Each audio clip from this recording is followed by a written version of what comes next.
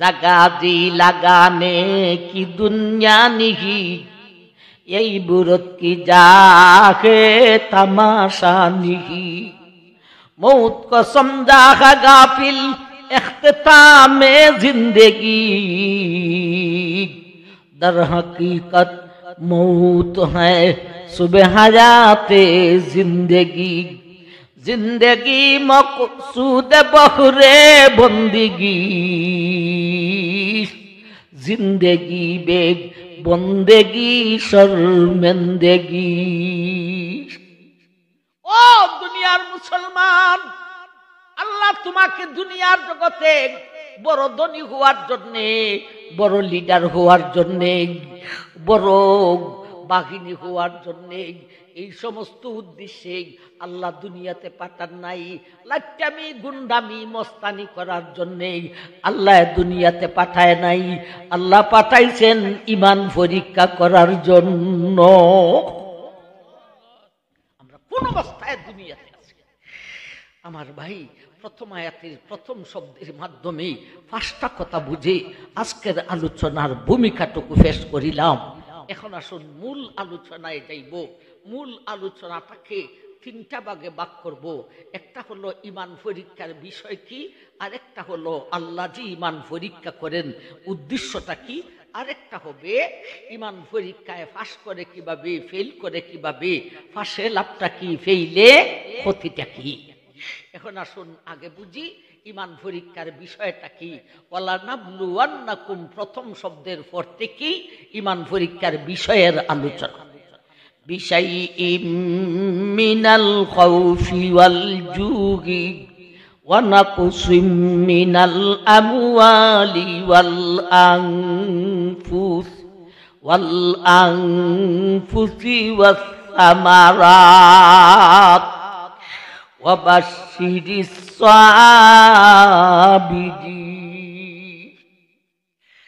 ও ভাই, বিশাইইম মিনাল খাউফ থেকে নিয়া সামারাত পর্যন্ত ঈমান পরীক্ষার বিষয়ের আলোচনা। কোন কোন বিষয়ে ঈমান পরীক্ষা করে?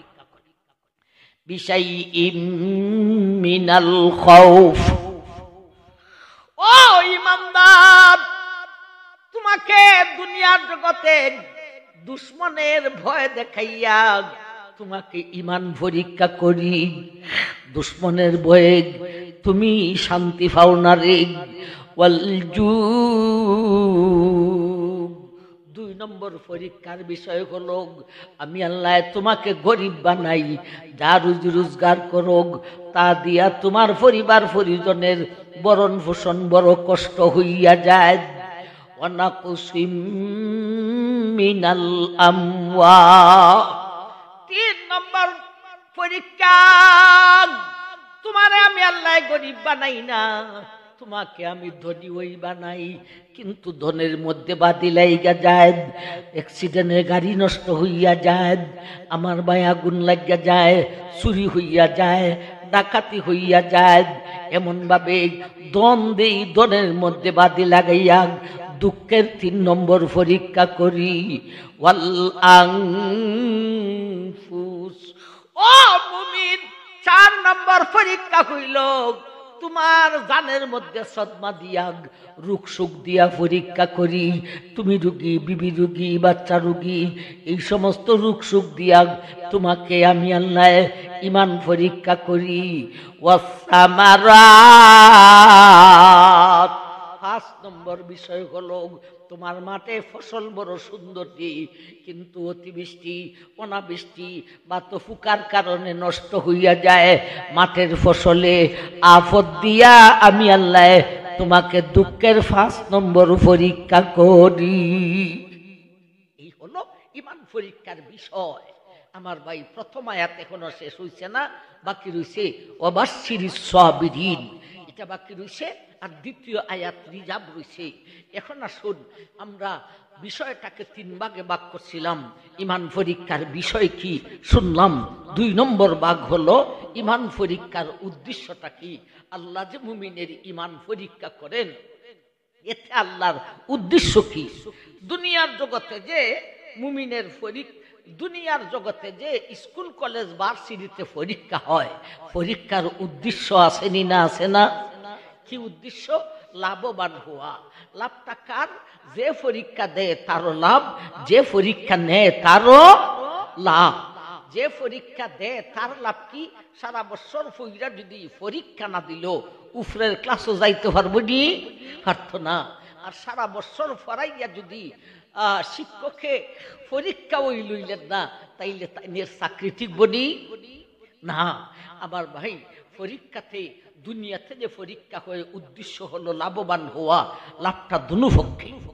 এখন আসুন, মুমিনের যে পরীক্ষা হয় আমার ভাই জান দুনিয়ার জগতে, এই পরীক্ষার উদ্দেশ্যটা কি? আবার প্রথম আয়াতের প্রথম শব্দতে যাই, ওয়ালা নাবলুওয়ান্নাকুম, এই শব্দের ব্যাখ্যায় লিখেছেন মুমিনের যে পরীক্ষা হয় এরও উদ্দেশ্য হলো লাভবান হওয়া। লাভটা কার?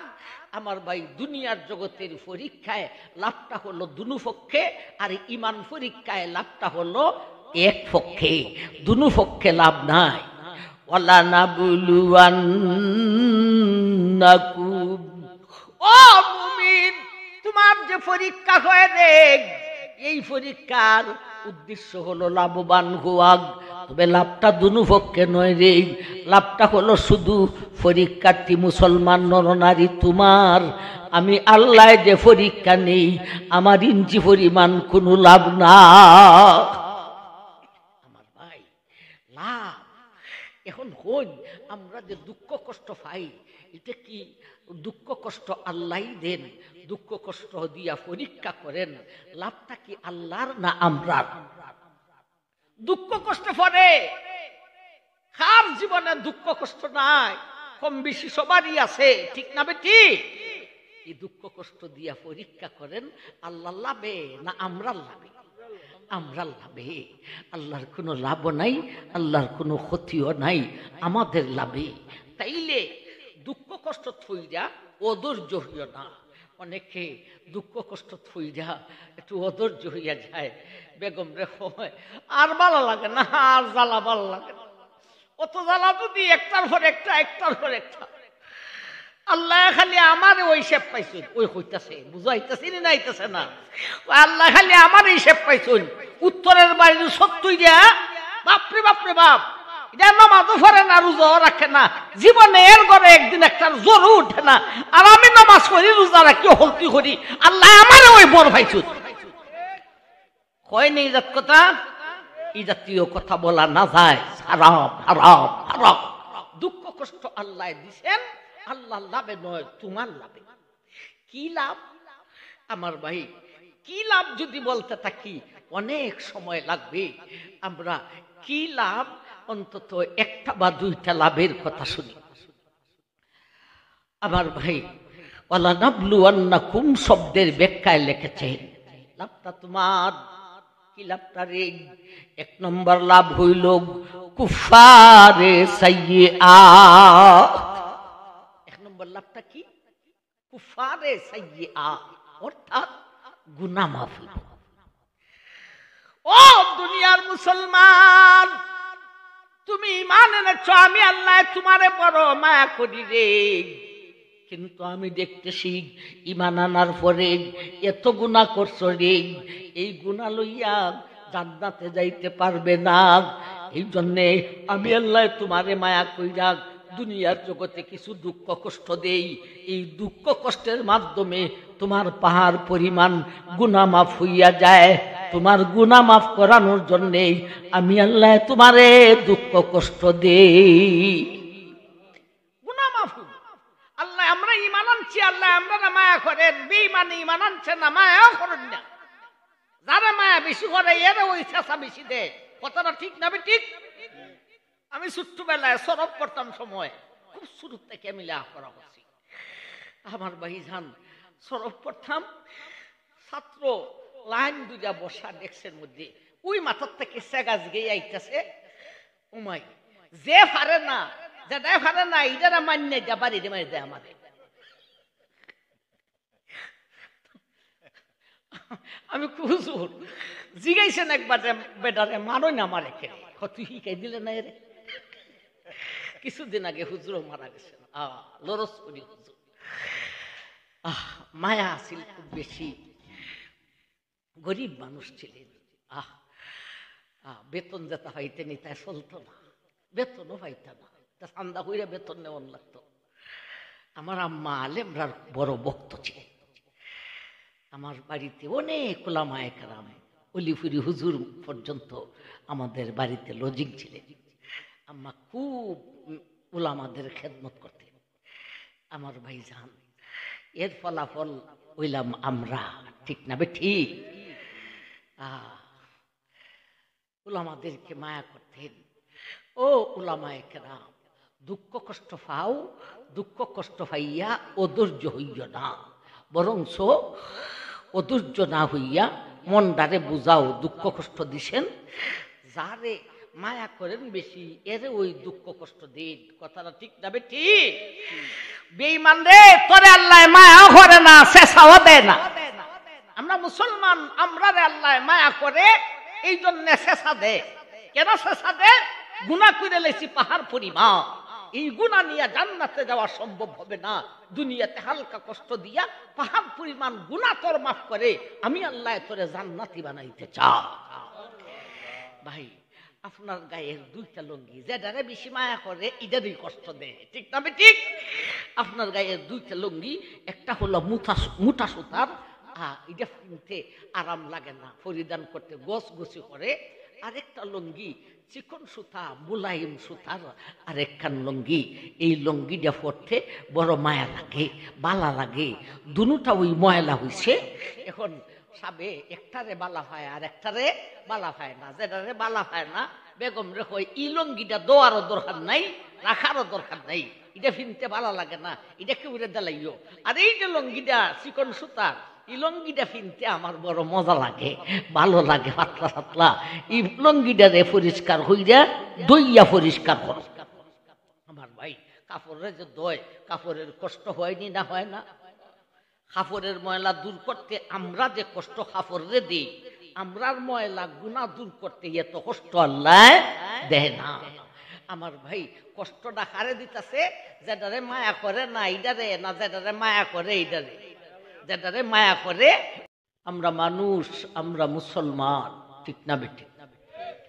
ফাঁকগুলি একটু বন্ধ করে বসেন নি, একটু পিছনে ফাঁকটি একটু বন্ধ করে বসেন, একটু আগে যান গা পিছন থেকে।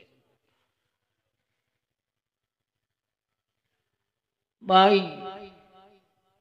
আমরা মুমিন, আমরা মুসলমান, কিন্তু দুনিয়ার জগতে আমরা শান্তি পাইলাম। কথাটা ঠিক না বে ঠিক? নিজের রুগী, বিবি রুগী, বাচ্চা রুগী, দুশ্মনের জ্বালা, মাঠে ফসল ফুকায় খাইটালায়। অনেক ভাই আবার ধনবান, গাড়ি অ্যাক্সিডেন্টে নষ্ট হইয়া যায়, অনেকের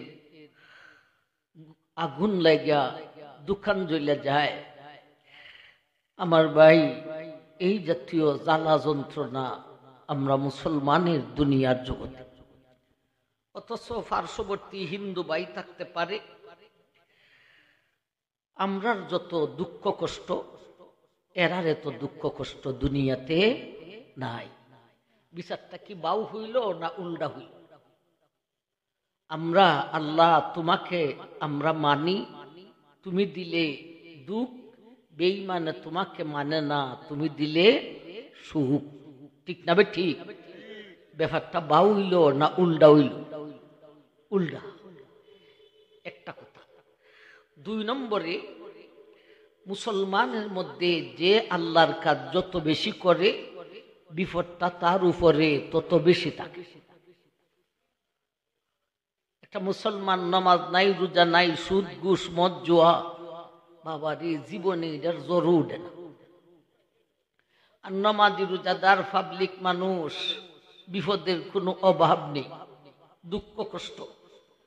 আর হুজুর মানুষ, সাধারণ জনগণ থেকে দুঃখ কষ্ট আরো বেশি। আর অলিদের দুঃখ কষ্ট হুজুর থেকে আরো বেশি। সবচাইতে দুঃখ কষ্ট বেশি ছিল নবী রাসূলগণে, ঠিক না বেঠিক? আল্লাহ তোমার এই বিচারটাও আমাদের বুঝাইল না। যে তোমার কাজ যত বেশি করে তত বেশি সুখী এমনি হই,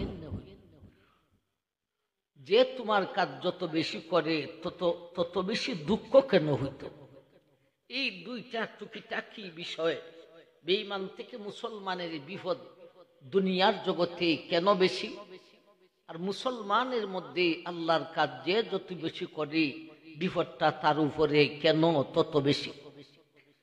এই দুইটা টুকিটাকি বিষয় আপনাদের সামনে উপস্থাপন করব। ও ভাই,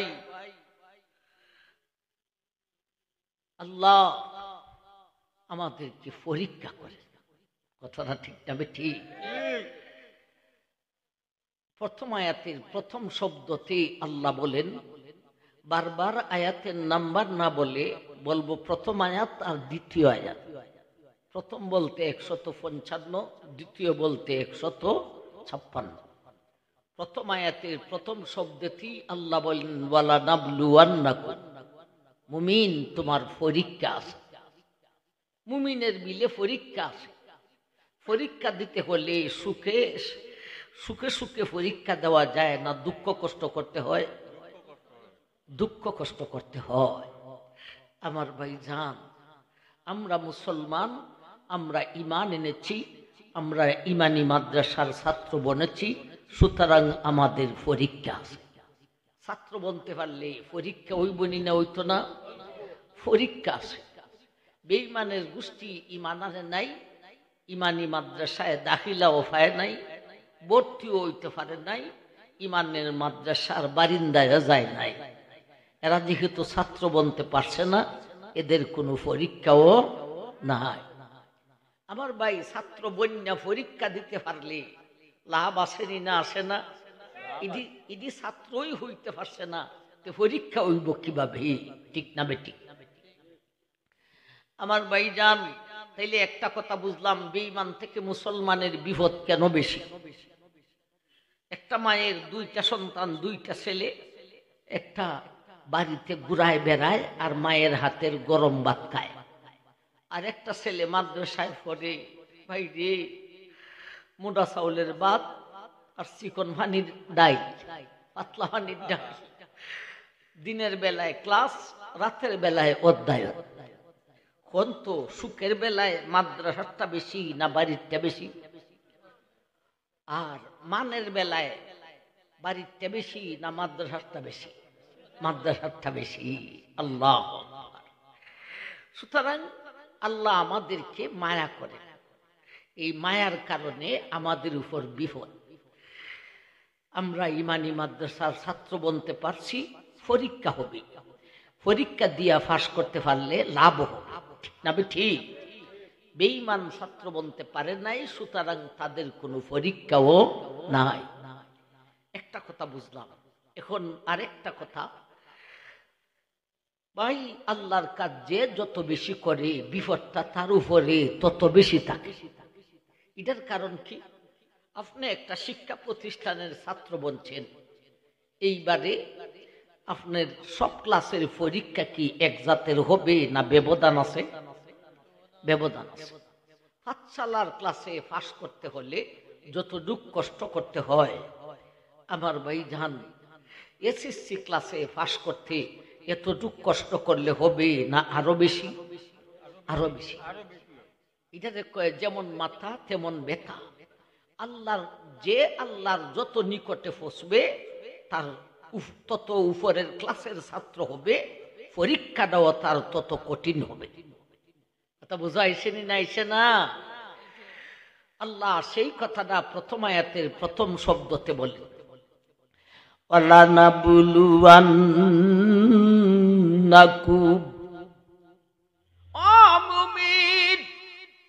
আমি আল্লাহ তোমাকে পরীক্ষা করি রে। পরীক্ষা দিতে হলে দুঃখ কষ্ট করিতে হইব। তুমি ঈমানি মাদ্রাসার ছাত্র বনেছ, তোমার পরীক্ষা হবে। বেঈমান ছাত্র বনতে পারে নাই, তার কোনো পরীক্ষাও না। আমার ভাই জান, এখন আসুন, আল্লাহ মুমিনের পরীক্ষা করে। এই পরীক্ষার কোনো নাম আসেনি। দুনিয়ার জগতে যত ধরনের শিক্ষা প্রতিষ্ঠানই আছে, এতে পরীক্ষা হয়। আমার ভাই পরীক্ষার নামও আছে, ঠিক না বে ঠিক? দাখিল পরীক্ষা, কামিল পরীক্ষা, ফাজিল পরীক্ষা, দাওরা পরীক্ষা, ইউজ বিভাগের পরীক্ষা, আইএ পরীক্ষা, এসএসসি পরীক্ষা, অনার্সের পরীক্ষা, নাম আছে না? আছে না? পরীক্ষার নাম আছে। আল্লাহকে বলেছেন মুমিনের পরীক্ষা করবেন। এই পরীক্ষার নামটা কি? প্রথম আয়াতের প্রথম শব্দের অধীনে তফসিরুল্লাহ ধরে তুলেছেন। ওয়ালা নাবলুয়ান্নাকুম, ও মুমিন, আমি আল্লাহ যে বলেছি তোমার পরীক্ষা আছে রে। তফসিরুল্লাহ লেখেন আল্লাহ যে বলেছেন মুমিনের পরীক্ষা আছে, এই পরীক্ষার একটা নামও আছে রে। এই পরীক্ষার নাম আইয়িবিয়া নয়, দাখিল কামিল নয়। এই পরীক্ষার নাম হইল ঈমান পরীক্ষা। কি পরীক্ষা? ঈমান পরীক্ষা। আমার ভাই, এখন আসুন, দুনিয়ার জগতে পরীক্ষা দিতে হলে অনেক কিছু লাগে। পরীক্ষা দেনেওয়ালাও লাগে, পরীক্ষা লেনেওয়ালাও লাগে, পরীক্ষকও লাগে, পরীক্ষার্থীও লাগে। পরীক্ষার জন্য একটা হলও লাগে। আমার ভাই, মাদো বৈশা পরীক্ষা হয়নি? পরীক্ষার জন্য একটা হলও লাগে। পরীক্ষার জন্য নির্ধারিত একটা সময় আছে, যেমন 10টা থেকে 1টা, 2টা থেকে 4টা, পরীক্ষার সময়ও আছে। আল্লাহ যে বলেছেন মুমিনের ঈমান পরীক্ষা হবে, এই পরীক্ষা দিত কে? এই পরীক্ষা লইব কে? এই পরীক্ষার পরীক্ষার্থী কে? এই পরীক্ষার পরীক্ষক কে? পরীক্ষার হলটা কোথায়? পরীক্ষার সময়টা কি? এই 4টা সমস্যার সমাধান প্রথম আয়াতের প্রথম শব্দতে পেয়েছি। একটা শব্দতে 4টা সমস্যার সমাধান। এখানে প্রথম শব্দটা হলো ওয়ালা নাবলুয়ান্নাকুম, নুবা জবর নাম। এই নুনটা হলো নুনে মুতাকাল্লিম। এই নুনটা দিয়া বুঝাইছেন ঈমান পরীক্ষা লইব কে, পরীক্ষকটাকে। শব্দের শেষে আছে কাফ মিম পেশ কুম, কুম দিয়া বুঝাইছেন ঈমান পরীক্ষা দিত কে। একটা শব্দতে কয়টা সমস্যার সমাধান? 4টি। ওয়ালা নাবলুয়ান্নাকুম,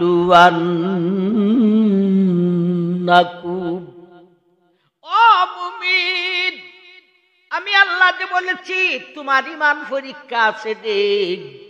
এই পরীক্ষার পরীক্ষককে জানুনি? এই পরীক্ষার পরীক্ষক হুজুর না স্যার? আর এইগুলি নয় রে। এই পরীক্ষার পরীক্ষক হলাম স্বয়ং আমি আল্লাহ। ঈমান পরীক্ষা লয় কে? স্বয়ং আল্লাহ। দিত কে? ওয়ালা নাবলুয়ান্নাকুম, ঈমান পরীক্ষা দিব কে রে? ও দুনিয়ার মুসলমান, ঈমান পরীক্ষার পরীক্ষার্থী হইল মুসলমান নর নারী। ঈমান পরীক্ষার পরীক্ষক হলেন স্বয়ং আল্লাহ। ঈমান পরীক্ষার হলটা কোথায় রে? ঈমান পরীক্ষার হলটা হলো দুনিয়া। মায়ের পেটে থাকতে কোনো পরীক্ষা হয় নাই, মরিয়া কয়বরে গেলেও কোনো পরীক্ষা হবে না। ঈমান পরীক্ষার হল হলো দুনিয়া। এই পরীক্ষার সময় হলো বালিগ হওয়ার পর থেকে নিয়া মরণের আগ পর্যন্ত। এই 4টি কথা বোঝানোর জন্যে আমি আল্লাহ একটা শব্দ নাজিল করিলাম। আমার ভাই জান, প্রথম শব্দতে 4টা কথা এখন বুঝলাম। আগে বুঝছিলাম একটা কথা, মোট 5টা কথা বুঝলাম প্রথম শব্দতে। আল্লাহ বলে মুমিনের পরীক্ষা করেন। এই পরীক্ষার নাম ঈমান পরীক্ষা। এই পরীক্ষার পরীক্ষার্থী মুসলমান নর নারী। এই পরীক্ষার পরীক্ষক স্বয়ং আল্লাহ। এই পরীক্ষার হল হলো দুনিয়া। এই পরীক্ষার সময় হলো বালিগ হওয়ার পর থেকে নিয়া মরণের আগ পর্যন্ত।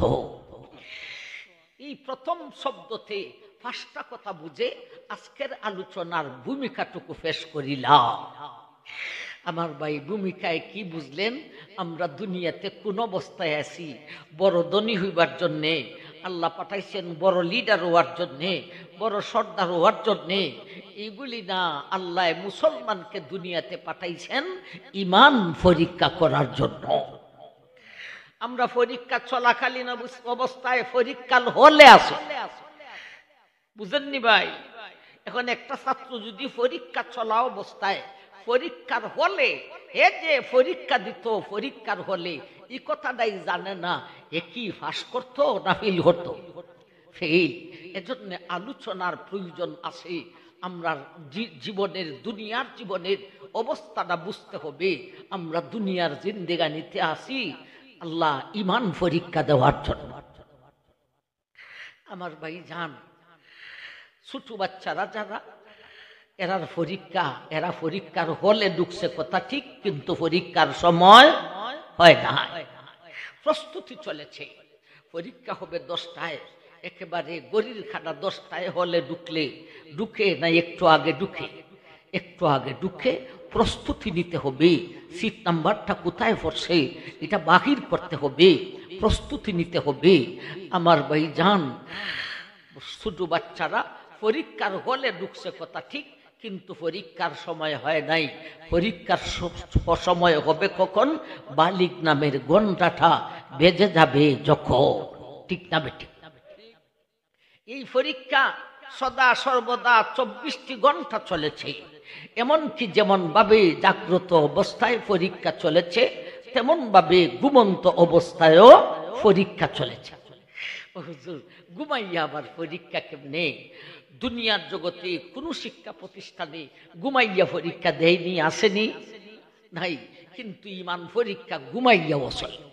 ঘুমাইয়া ইমান পরীক্ষা কেমনে? এটা জাগ্রত অবস্থা থেকে আরো সহজ। ভাই ঘুমের ঘরে গেল, ঘুমের বেডের মধ্যে গড়াগড়ি করতেছে। আমার ভাই ঘুমে ধরতে কিছু সময় লাগেনি না লাগে না? লাগে। এই সময়ের ভিতরে আমার ভাই চূড়ায় বেডের মধ্যে বিছনার মধ্যে গড়াগড়ি করে আর কয়, আজকে তো চুরি হইলাম অমুক জায়গায়, ধরা খাইছি না, খালকু যাইতাম কোন জায়গায়। বিছনার মধ্যে গড়াগড়ি করে আর মনে মনে ভাবে। সুদ করে বিছনার মধ্যে গড়াগড়ি করে আর সুদ নিয়া মনে মনে ভাবে, আজকে তো লাগাইলাম 1 লাখ, খালকু আগামী খুললো, খারে দিতাম, কে নিতে আইব, এই চিন্তা। আর যারা প্রেম করে রে আমার ভাই, ঘুমের বিছনার মধ্যে গড়াগড়ি করে আর প্রেমিকার লাগে খালি ভাবে। ঠিক না বেটি? এই ঘুমে ধরার আগ পর্যন্ত খালি প্রেমিক প্রেমিকায় ভাবে। যত ঘন্টা ঘুমাইলো এত ঘন্টায় ঘুমের পরীক্ষায় পাস না ফেল। ঘুমের পরীক্ষা কেমনে হয় বুঝাইছে।